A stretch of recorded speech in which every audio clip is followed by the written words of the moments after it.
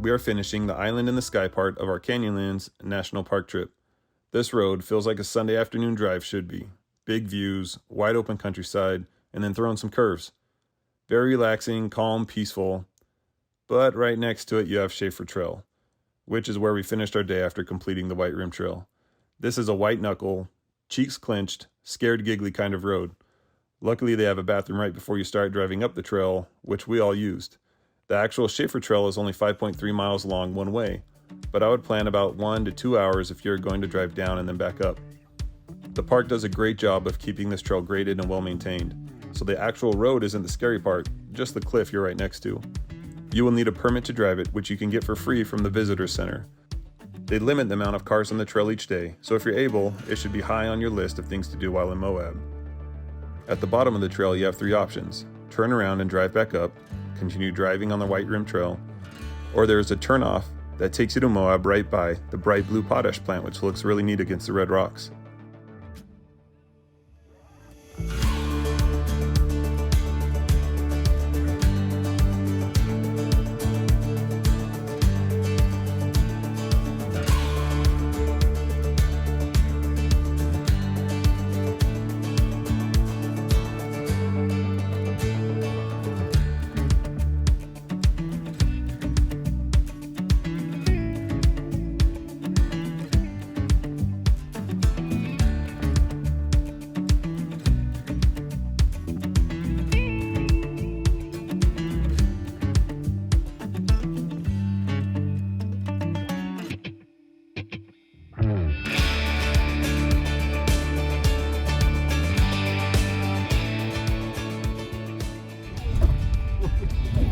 Straight down.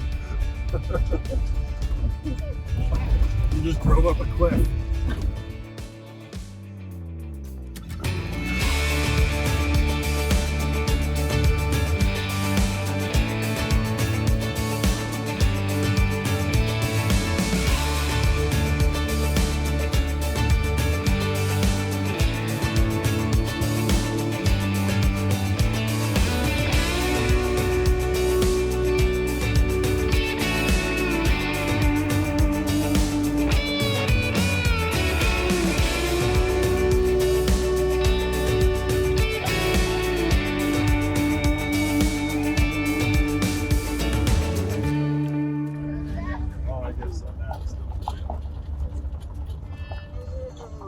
Keep turning.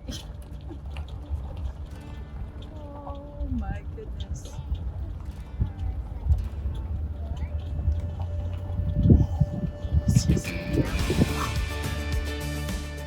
Alright, so we just finished the White Rim Road. So we did it in one day, all 100 miles. We left camp at about 8:30 this morning, and we'll get back at about 6:30. So 100 miles in 10 hours. If we were to do it again, maybe camp at White Crack or Murphy Side A. Both neat spots with great views. But yeah, probably easier on the car and on the bones to do it in 2 days instead of 1. And easier on our shorts. Luke, was that scary? A little. A little scary? Yeah. Why was it scary? We were going and then it was like straight out and it was cut it out and I almost couldn't. I just couldn't. Oh, wait, about the White Rim Trail, right? Yep. Okay, so the White Rim Trail was very bumpy and right now we just barely drove up a cliff. Look at the camera. Was it scary? Yes. Why was it scary? Mason was very shaky. Mason was shaking. That's because I looked down at a spot that I probably shouldn't have looked there. Macy, what was your favorite part about the whole day today? Probably doing what we just did. Going up the steep part? Yeah. I don't know why. You know, what was your favorite part of the whole day? My favorite part is when we saw the sheep. And now we're going back to camp. Now we're going back to camp. I asked everyone what their favorite part of the day was, and I loved Macy's response, that her favorite thing of the day was also the scariest thing of the day.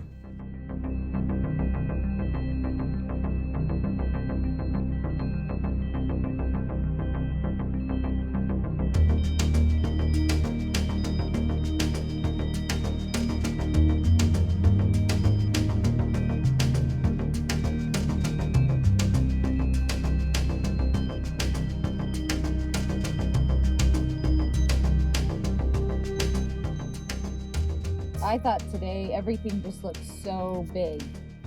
When you look down, it was big. When you look up, it was big. It just made me feel really small. Today was breathtaking in every way. From the beauty, and literally it took away your breath. Because you were scared? I wasn't scared. You might have been shaking a little bit. JK! Yeah, Back JK. then. Just kidding. JK, just kidding.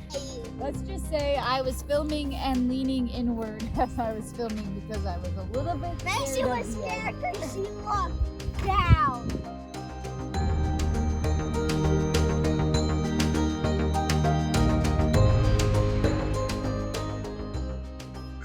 Callie, did you sleep good?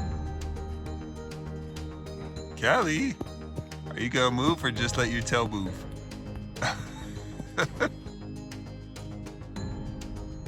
Back in camp after breakfast one day, Macy decided to start a camping journal, and she picked a perfect companion and a perfect spot to get it going. I love seeing how the kids interpret the different things and experiences we do together, and I look forward to seeing her entries.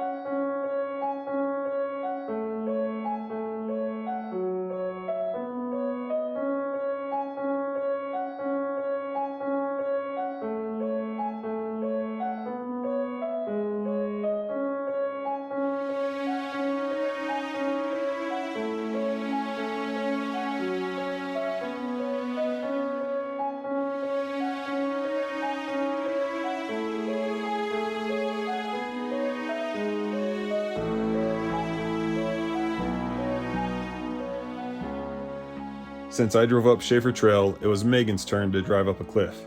So we chose Hajo Canyon Road, which was just a couple miles from our camp. And since you're not allowed to fly drones in national parks, we wanted to get ours up in the air and get some different views of driving up a cliff. This one doesn't compare to Shafer, but you still get to drive a couple feet from a cliff and embrace and overcome any fear or trepidation you might have. And as expected, she killed it. Although I'm not sure she would volunteer to do it again.